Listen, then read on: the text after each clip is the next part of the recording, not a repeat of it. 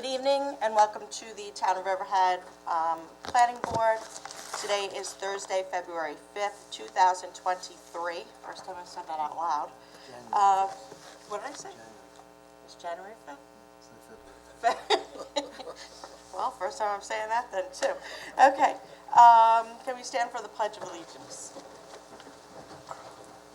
Pledge allegiance to the flag of the United States of America and to the republic for which it stands, one nation, under God, indivisible, with liberty and justice for all.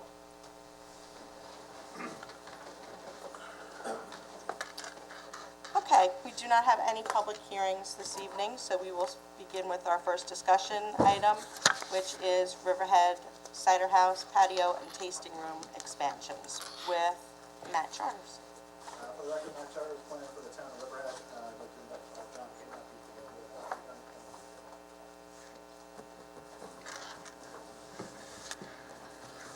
While John's getting settled, this application was for the expansion of a patio area in the front of the building of about 1,200 square feet. That's what they initially submitted for.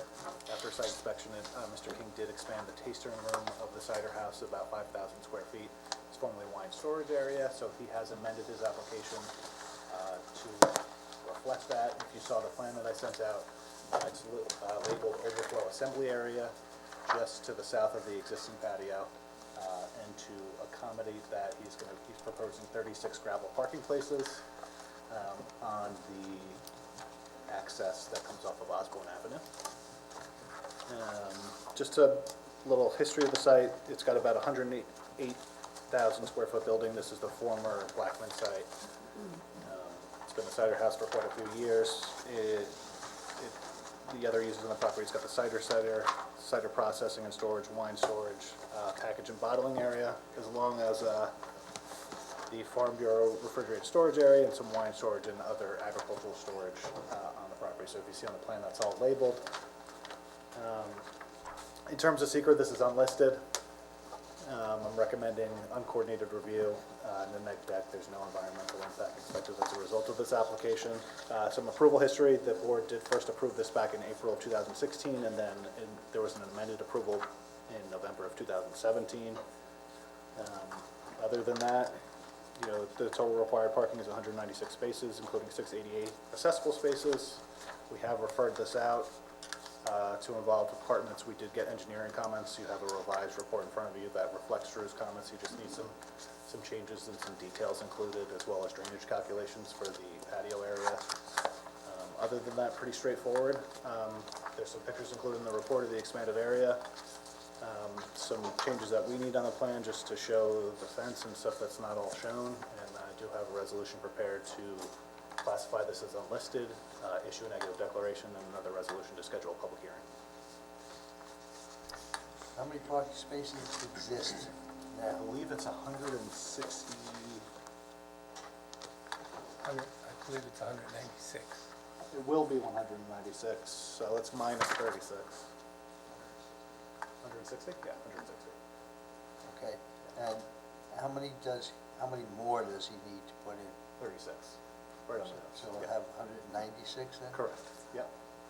Okay, and where's the additional parking gonna go? So if you look on the entrance that's off of Osborne, do you have the plan, Joe? Yeah, Right on the north side of that entrance, he's doing gravel parking, 22 spaces. it shows spaces there now.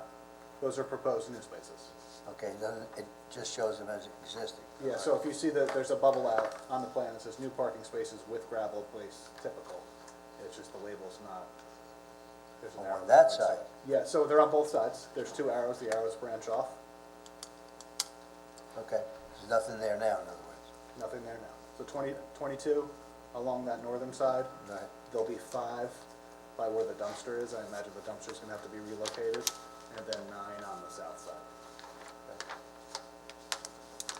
And there's no exit or entrance on Osborne Avenue, correct? Yes, there is. There is. That There exists is. now, yeah. There's an existing roadway right Yep. there. Is there going to be a walkway from the new parking, or are they gonna have to walk all the way around to the other side? Same as what was opposite. They would have to walk all the way around. All around to the other side? Is There's something in your report about some of the work has been done already, All of it. This is to legalize, so the parking spaces are in and all. except for the parking, so, yeah. So the parking will have to be done. And the plan I have here says proposed at work, that's not proposed. That's not proposed, that exists. It exists. Yep. I can remember that from the last time. Yeah, for the last time.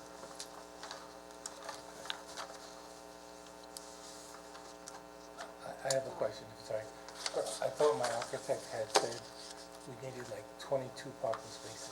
So, okay, I'm not used to this, Yeah, no, it's the way it's based, laid out. yeah, based on Because- the calculations that he has, John, it's 36 to meet the Okay, original. well, one of the things, and I read through the reports, Yep. said the outside, you know, where we extended the pavers, Yep, okay, that always, that area was always there. In other words, there was some existing patio. This is to approve the new section. okay, but it's not new land, like, it was always walked on. The problem is, there was some flooding that came, so we filled the land and then we just put the pavers on it. But the land was already there, so I don't know why we would need more parking spaces for that. We didn't add land. Yeah, so it's the way the town looks at it is assembly area, people occupy it, they're eating there. The same thing for the inside. So that's the way the parking was calculated for the original patio, so that's why it's calculated this way for the expansion of the patio. Okay, I just don't understand if it was always there and we made it so now you're not stepping in mud, why it would be more parking spaces needed. But, I think that's because you're gonna add tables and more people, Right. and that's means more parking. Correct. okay, we haven't added more tables or more people. You know, it's, you know, Yep. But you have more square footage no, now, we've done it so, for over, it's been there for 2 years. 2 years, yeah, without approvals. If I may, I was under the impression when I went to the represent town, Mr. King, so if I may, just to clarify. Sure. I think what he's if you trying could to just Just have a introduce seat yourself for the and record. introduce yourself, Fred- please. Frederick C. Jones, J-O-H-S, Louis Jones, automobile is 1377 Motor Parkway, Atlanta, New York, 11749. The space that Mr. King is referring to had always been utilized with picnic tables and games, et cetera, outside. It flooded and it got muddy, so they said to make it more palatable to the people that, you know, come to the premises, they would put pavers in. I think what he's trying to say is it didn't increase the occupancy at all, or the use of that area, it just made it more comfortable for them to be walking on. So that's the issue with respect to the additional parking spaces. Yeah. It's not like there's an intention to add utilizable space, because it was already utilized for the same purpose. Well, the bulk of the parking that's required is for the expanded tasting room area, which is about 500 That's what I square figured, feet. and we weren't taking issue, I don't think. I wasn't taking any issue with the inside, I can understand that. What was the other thing I wanted to- Also, just to clarify, when I went down to town hall, I brought my checkbook with me, and we were gonna add pavers, and I was told we didn't need to get a permit for pavers, as long as they're not above 18 inches. Again, I'm not making excuses, we're here, we did what we did, but I was told we didn't need a permit for pavers. Now, I was told that when we put in the original one also, but they made me take it all up because they said they had an open site plan, and that's why you had to pick it up. So I put all the pavers down, just before I opened, and I guess I should stop. This is to resolve all the issues. Yeah, and so legalize what it. happened was, I had put the pavers down, okay, and they made me pick them all up, because there was an open permit, and then when the permit was finally approved, then I put the pavers back down. So when I added on the other pavers, I didn't think there was an issue. It wasn't because I was trying to save taxes, or I didn't want to pay for a permit. So I You're just wanted fine to with the know. pavers. Everything's good there. Yeah. You're on the road to legalize what's there. Do we have to get another map according to the town engineer? Uh, Needs to make some modifications? Modifications, yeah. We'll make a condition of approval for a preliminary. You referencing the fence, Is The there- fence, there's town engineer's comments which are in the revised report, just for some paper details. Sure. Parking details. Yep. There we go. Very good. Good to go? Thank you. Thank you, Mr. King.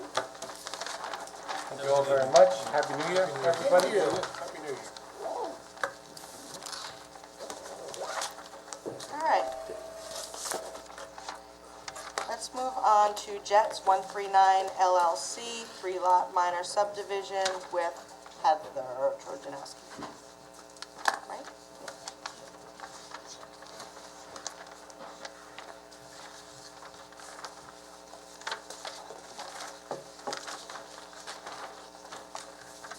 Good evening, everyone. For the record, Heather Tojanowski, site plan reviewer. And this is a 3-lot minor subdivision application proposing to subdivide an existing 41.1708 acre parcel to create new individual lots. The submitted map, Lot 1 would have a size of 2.2333 acres. Lot 2 would have a size of 32.9407 acres, and Lot 3 would have a size of 5.9919 acres. And the subject parcel is identified as Suffolk County Tax Map Number 600-22-2-12.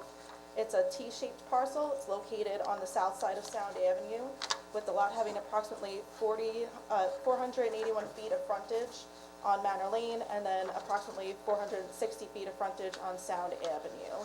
The lot is presently improved with a single-family dwelling, 2 frame barns, and a small frame building, so Lot 1 proposed will retain all of those structures. And the current map that has been submitted, all of the proposed lots do conform to the dimensional regulations of the ATZ zoning use district, so it's a minimum 80,000 square foot lot size. The letter of intent that was included with the application packet that you saw, the owner wants to sell the development rights off of proposed lots 2 and 3 to the county. We don't have any documentation correspondence from the county. Mr. Cuddy is the attorney for the applicant. He can probably speak more to that than I can. Okay, Mr. Cuddy, if you don't mind, I don't think, do you have, Okay, Charles Cuddy, CUDDY, 445 Griffin Avenue, Riverhead, New York. thank you. The county had its meeting in November and accepted lots 2 and 3, the sale of development rights. The county doesn't usually do resolutions, they do minutes, and I don't have a copy of their minutes, but I can tell you that it was approved, I was at the meeting. what do you mean by approved, Charlie? Excuse me? What do you mean by approved? They approved the sale to the county, and what that is, it's just a recommendation, because the farm committee just recommends to the legislature, then the legislature has to get a plan from the planning department, and they approve it. And this goes on for months. and Yeah, and then they months. gotta have an assessment, and Yeah, then they do an appraisal, and they find out what the value is, and they send you a letter saying, we offer to do this, and then you go to contract, and it goes on for 8 or 10 months. do you have to go before the farm select committee here? Yes, not the county farm committee, and it meets in the co-op here.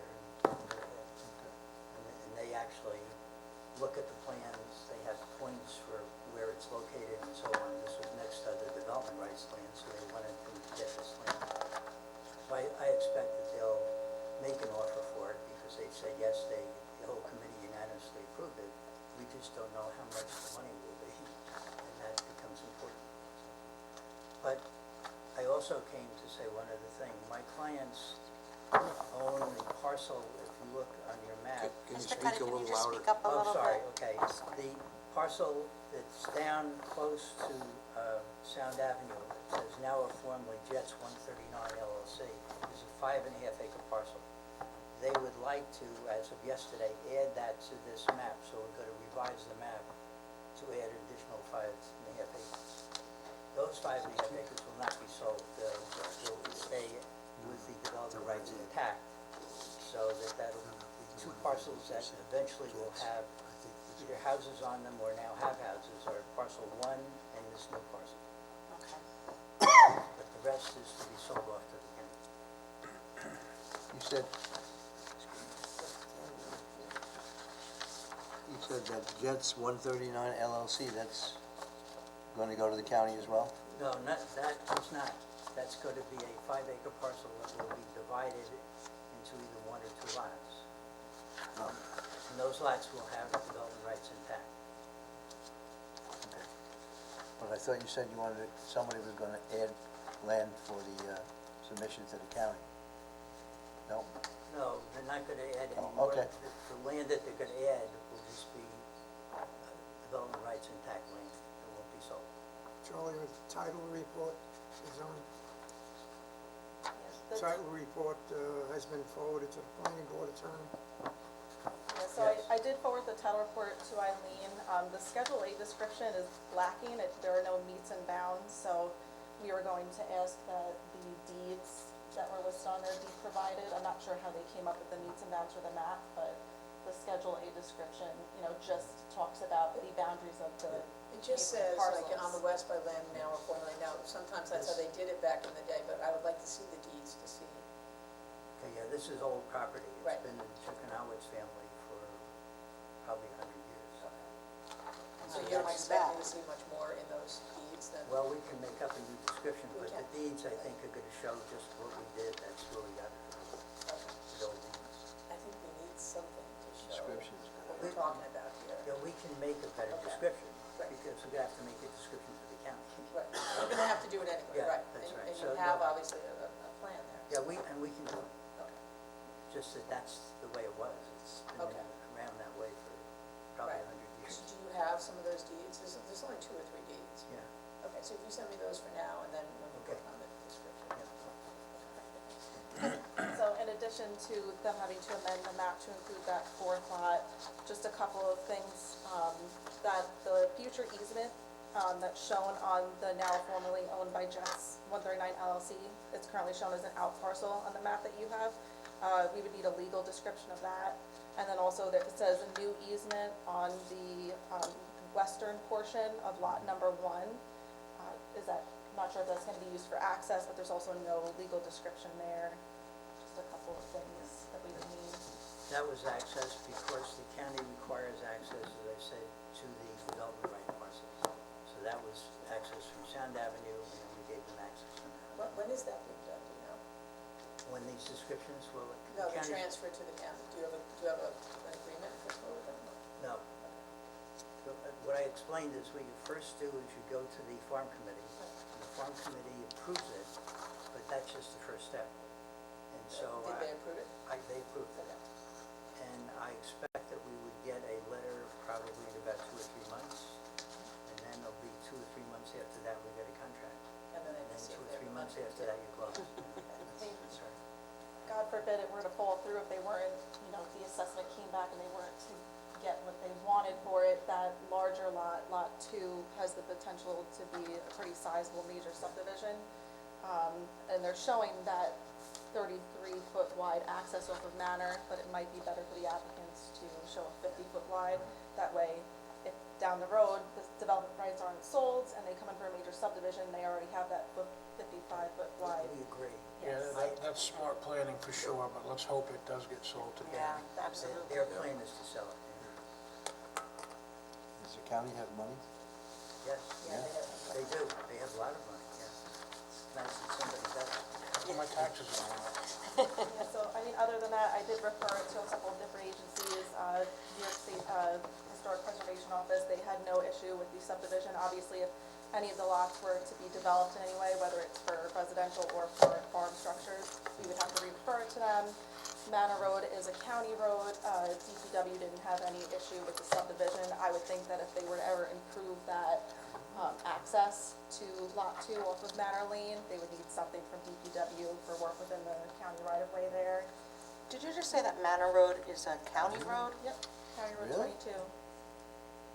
That's what it's labeled as on GIS, and Greg and I actually contacted DPW just to verify that. I don't believe we've heard back yet, but I did refer it to them, and they didn't have an issue with the subdivision. So no permit for the subdivision. Manor Lane is a county road? Yeah, I knew that Aldrich Lane I thought was, but I didn't know Manor. Unless our GIS is wrong.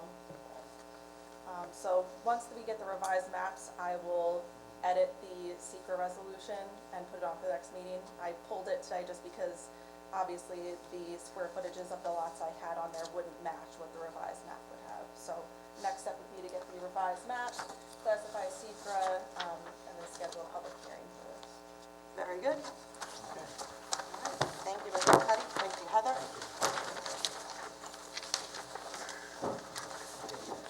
Next up, we have the Villas at Roanoke with Greg Ferdinand.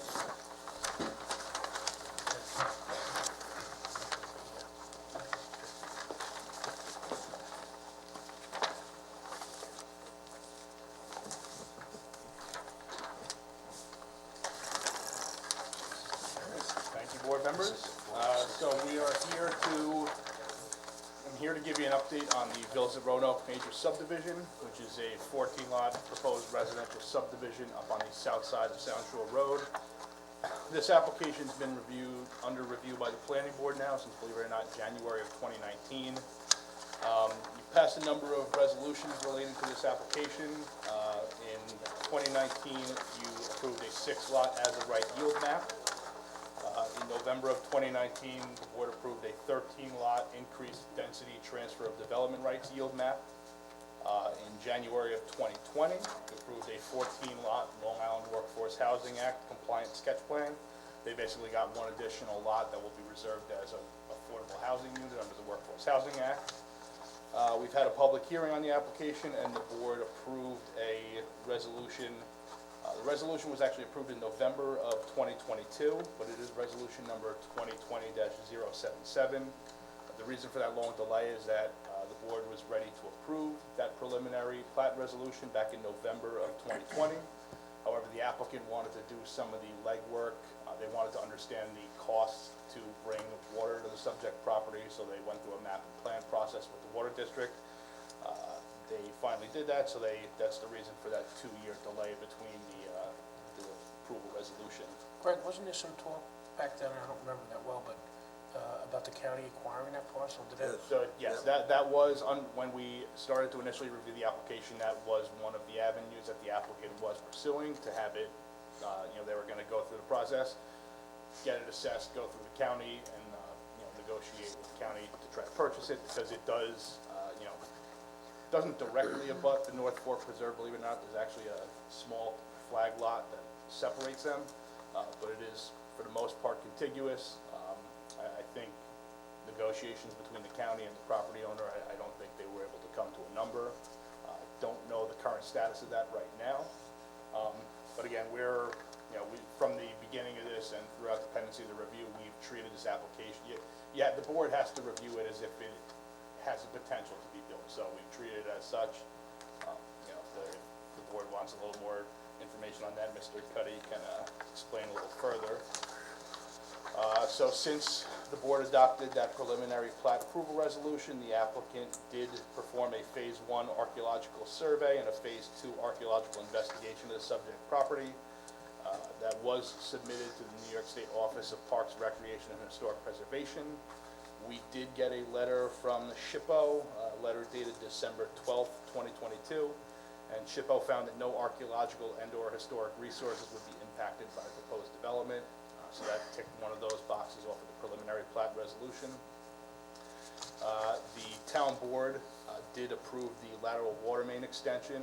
They approved that at the town board meeting on December 20th, 2022. There was a slight modification from the preliminary plat to the final plat, and it relates to the location of the drainage area. So the applicant has submitted a revised road and drainage plan. I did refer that to the board's consulting engineer for his review and comment. Again, not a significant change. It doesn't change the layout of the lots or the configuration of the open space. And so I'm here, did get a request from the applicant. In the conditions of approval for the preliminary plat, one of the conditions was the map shall show a 5-foot black vinyl coated chain link fence between the residential properties and the open space area. The reason for that and the logic behind it was that typically we see when there's open space or buffer areas, people kind of treat it like it's their backyard. They encroach into it, they clear, they'll put structures there. So there was a thought that if there's some sort of physical delineation there, it'll kind of help get ahead of that problem and prevent some of that encroachment. The applicant did request, so basically chain link fences come in standard heights of 4 foot or 6 foot high. 5 foot's kind of an outlier. So I'm here to ask the board if they would be amenable to either a 4 foot or a 6 foot. From staff's perspective, as long as there's some type of physical delineation, I think that will serve to prevent some of that encroachment into that area. I would have no opposition to either 4 foot or 6 foot. nice. But I feel that way too. We would hope that you would permit us to have a 4-foot fence. One of the reasons for the not having a 5-foot is that 5 feet is something that costs a great deal more because it's something that they don't produce very well. And all you're doing is you're surrounding the open space area with just a demarcation line so that people know where it is. So we would hope that 4 feet would be sufficient to do that. When you put up a 6-foot fence, you're If essentially... there's gonna be abuse, it doesn't matter, it's 4, 6, or 20. I I don't have a problem. I concur that that's probably gonna happen, but the reason I think that 4 feet is fair is that like a 6-foot fence, it's like a barrier. I mean, they'll have, don't forget, this is hundreds of feet long. It's not just a small fence. It goes around the entire open space area, which is the entire site. I'm fine with the 4 feet. So I would hope that 4 feet would be sufficient. I mean, Will the HO, my only issue is if we're worried about things finding their way on the other side of the fence, 4 foot's easy to get over, 6 foot's a lot more difficult. That would be my only reservation. You know, I think- realize what It's you're hard to throw saying. leaves over it too. You know, it's inherent, they're gonna throw stuff on the other side. I mean, if the rest of the board is good with 4, I'll be good with 4, but, you know. I think part of it's an aesthetic look too, because 6 foot is That's pretty what much I'm a thinking. barrier Yeah. fence. I mean, the whole Right. idea is not to have anything in open space, but The problem is you're trying to save the open space, and I think that the open space is significant enough that the fence is worthwhile, but I think to put up a 6-foot fence is a big fence. It is, is it it is. the HOA that's gonna maintain these Yes, fences? yes. And enforce that? I mean, 4 or 6, I think, as long as there's some kind of physical barrier. I mean, if someone's gonna go and, you know, rake their yard and throw the leaves over the fence, I mean, realistically, the leaves in the open space are gonna fall there, they'll naturally decompose and mulch. A typical, like if you install a stockade fence or a vinyl fence, that is 6 feet. So like that's a standard residential fence. I mean, again, defer to the board, but really 4 or 6, as long as the big thing is clearing, dumping, putting structures into those areas, encroaching with pools, sheds, gazebos, that sort of thing. Again, I say that 6 feet is a high It is, fence. it is. It's not- Aesthetically, it This is, there's some aesthetic to this too, it's someone's backyard, basically. I have a huge deer fence in the back of my yard, and it's high, and it's very visible. Well, that's big. Your fence is Yeah. 6 feet. But it is, but I'm just saying it, you know, for the purpose of what this is, I really do not see a reason for it to be 6 foot. I'm fine with Take a 4. straw poll and say, I think you Well, want up to 6? 4 is okay. You want 6? Yeah. I'll go with 4. I'm with 4. I'll go with 4. Make it 4. There you go, before it's There we go, we got 4. Thank you. All right, so I mean, so we can, if we get to the point for final plat approval, we'll just amend that condition for the preliminary. Do we need a public hearing for the final map? No, not for the final, we had a public hearing, preliminary. on preliminary, we had a public hearing, I wanna say it was probably Yeah, August. I know that. Yeah, so we did have But that, but for we the do not, final, we don't need we one. do not need a public hearing on the final plat. And this has been going on since 2019? A long time. Again, there was a 2-year delay, obviously, with COVID, and, the applicant wanting to understand the cost to build out. So, I mean, there was a 2-year delay that was, not on this board. It's not a tribute to the planning board. What happened with the county trying to, County gave a very, very small offer, oh, they and did? they tried to negotiate with them, and they said, no, that's the offer, take it or leave it. Wow. So they decided to leave. All right, All right? very good, thank you very much. That's something I think we can Yeah, I'll speak chat with. with you outside. Okay, You want to okay. hang out for a minute? That's fine. Okay, thank you. All right, do we have any public comments on the resolutions?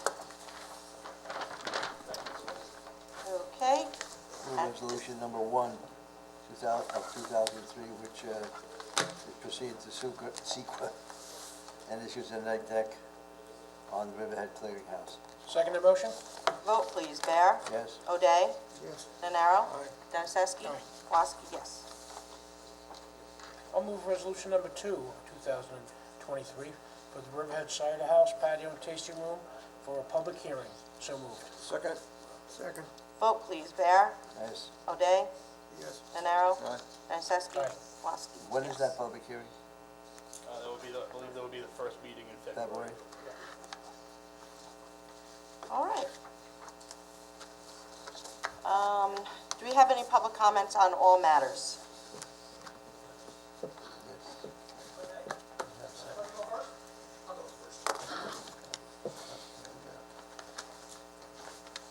Hi, John Cullen.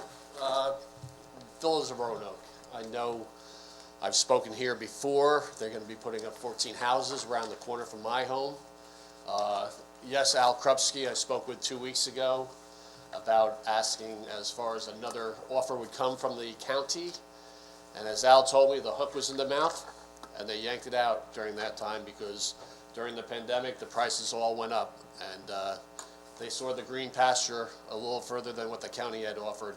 I was really hoping the county would come back and go through and preserve this property. It's right next to the North Fork Preserve, and I can only hope that somehow the county can work with Mr. Cuddy and with the Villa of Roanoke and maybe come up with another number that works for everybody. Obviously, building prices have also gone up sky high as far as buying lumber and building a roadway and doing all this to the beauty that is there right now by putting in a road up the hill and the circle back down and 14 houses at about, I think it was 2,100 feet to 3,000 square feet or whatever it was. Maybe it was 30,000 square feet, I forget, Greg, on the number. But it'd be nice if it could stay the same. Thank you for your time. Thank you. Could I ask you a question? Yes. In the testimony, it was said that between, Could you speak up, please? during the testimony, it was said that between the subdivision and the North Fork Preserve, there was a small lot. It's, I think it's about 14 acres, but it would be kissing. Oh, it is not No, small, so then. It's not small. What I said, in between, it's basically imperceptible if you look at like the Suffolk County tax map, but in between the North Fork Preserve property, it's actually, the property directly to the south of the Villas of Roanoke, right now on the map is shown as now or formerly of Fernando Bustamante LLC. Development rights are sold on that property, but the way the lot's configured, it actually comes up and there's a small flag lot that borders this property just to On the west. Sancho It's Road? actually, I think I might have misspoke, I said it's maybe 15 feet wide, 20 feet wide, but it is a flag lot, so the Villas of Roanoke and the North Fork Preserve are not directly contiguous. There is a small flag lot. Is it built? No, it's wooded, it's probably 20 feet wide. I mean, again, nothing's ever gonna happen on that flag lot, but they are not directly contiguous, which is kind of odd. I don't know So how Greg, they- what you're saying that the North Fork Preserve and the property, the Villanova, I keep saying Villanova, sorry, Villas of Roanoke, they do not kiss? Correct. So if the county purchased it, it wouldn't be adding to the property? Go ahead, I'm sorry. Okay. Yes. That's actually part of this property. Okay, this would be a better map. Project site, it's a North Fork Preserve. Right. It's actually like a 15-foot, 20-foot flag. No, I'm aware of that flag. But this is the North Fork Preserve and this is the site, so yes, they do kiss each other. Except for the flag lot here. Okay. Well, I've tried my best to try and preserve it, and I presume the houses are gonna go up. Well, Thank my you for your thought time. was that, I'm sorry? my thought was, it's not built on, it's a vacant lot, and possibly they might be interested also in selling their lot to the county. That's what I'm hoping for also. Somebody's got to initiate it. And, they did have a deal. As I said, the hook was in the mouth and they yanked it when the, No, I'm talking about the small lot now, okay, that's all. Because if the small lot makes application to the county to let's say, expand the North Fork Preserve, now there's a reason possibly for the county to look at this subdivision. Okay. Because they're together, yes. but they're not together now. Probably the reason why the county made such a poor offer. I'll make that call to Legislator Krupski's office. Thank you. Is this also public comment time right now for everything? Yes. Or just on resolutions? Nope. Everything? Nope, 6 I months. just want to thank the planning board for the moratorium that you recommended to the town board of Riverhead. Last night, unfortunately, 3 votes went against your recommendation. It was very sad. I think the moratorium was the way it should have gone. The poor people in Calverton are just being smothered with development right now. And even the giant warehouses, 10 million square feet of warehousing that they're talking about going in that way, it would have been nice for them to wait for the comprehensive plan to be finished. Unfortunately, the comprehensive plan hasn't even been signed yet. It was passed over 2 weeks ago as a resolution here in this room, and it still hasn't been signed, which I find disappointing. But I was very disappointed in the 3 members that declined and said, let's move on. We don't care what the planning board said, and they didn't care what 8 weeks of this room being filled, begging for a moratorium, begging and asking for something so easy. That did not happen, but thank you for your time and for putting that resolution up there to the board. Thank you. Happy New Year. Same to you. Jefferson Murphy, Building and Planning Administrator. The contract has been signed and executed. The applicant has already, the consultants have already started work on the update, and on January 26th, they'll be presenting at the January 26th work session with the town board. Thank you for that information.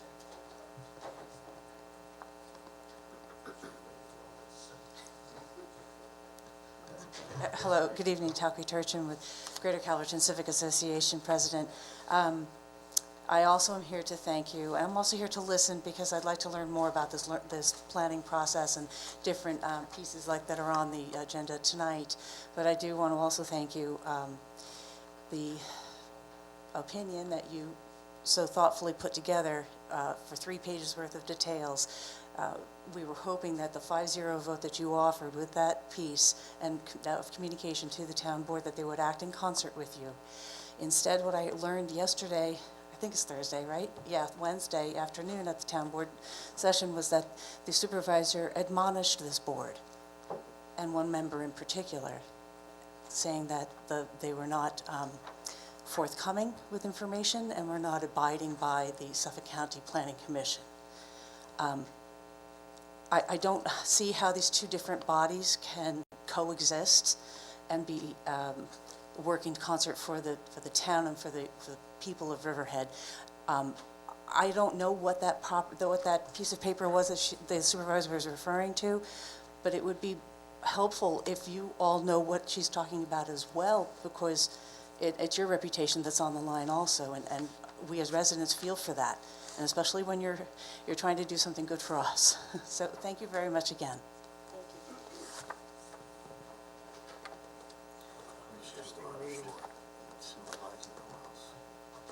Well, I'm glad I let John go first because he teed it up pretty nicely. Don't worry, I'm not going to go through everything in this file, but I will reference it. Oh, I'm sorry, Vinnie Schiavone, Calverton.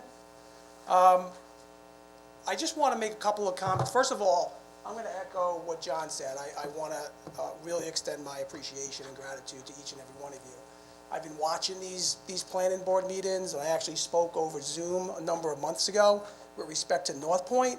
And quite frankly, your concern for Riverhead residents is completely evident in the work that you do, and again, the moratorium that you also passed. And I spoke at the town board meeting back in December 20th in support of the moratorium, and we know how that went actually yesterday. So I'm going to reiterate some of the comments I made at the December 20th board meeting, because unfortunately I was out of town and I could not get to the one last night. But my comments are going to be directed at HK Ventures, and to provide some context into that, because I know the comment section is still open, I believe, until the 13th. And I just want to comment on their supplemental draft impact statement. But to provide some context to that, the last board meeting, which I believe was December 20th. I'm sorry? May I continue? Yes, please, I Okay. apologize. At the last board meeting, I wasn't here December 1st, but I did review the recorded session of it. And some of the comments regarding their trip generation analysis included, quote, unquote, appeared reasonable and also adequate. I'm going to respectfully disagree, and I'm going to tell you why. And I'm going to reiterate some of the comments that I made at the December 20th board meeting. The trip generator analysis that is being used for HK to complete their cumulative impact survey that includes North Point is using a land code of 150 for traditional warehouses. Now, I provided a study to the board on High Cube Warehouse and Distribution Center, which North Point have self-disclosed themselves as their business, High Cube Distribution Center. And I have the study here, which I'll provide to you as well, which goes on to define 5 different categories of High Cube warehouses, each with their own ITE land code use. They're not a traditional warehouse that should be utilizing a 150 land code use. I'm going to put my glasses on just to check on some of my notes. Just to give you some examples, there are dramatically different traffic calculations for each land code use. 2 of the most relevant ones is High Cube fulfillment centers. That land code is 155. 156 for High Cube parcel hubs. Again, very different than traditional warehouse operations. IT estimates land use 150 for traditional warehouse at 0.19 trips per 1,000 square feet. In comparison, ITE estimates land use 155 for High Cube distribution centers at 1.37, over 7 times more. HK Ventures, in their impact statement, is utilizing 150 for their traffic analysis, which is going to be completely incorrect because, quite frankly, I don't think anybody knows what North Point is trying to build there. So you can't use the 150 traditional warehouse when conducting a comparative traffic analysis. Furthermore, if North Point is going to say and use 150, then they're claiming they're a traditional warehouse. And they're foregoing their right to be a High Cube distribution center, which I'll argue is nowhere in the code for that type of operation. So one would argue that their complete application should be completely dismissed because it's not even in the code. Your moratorium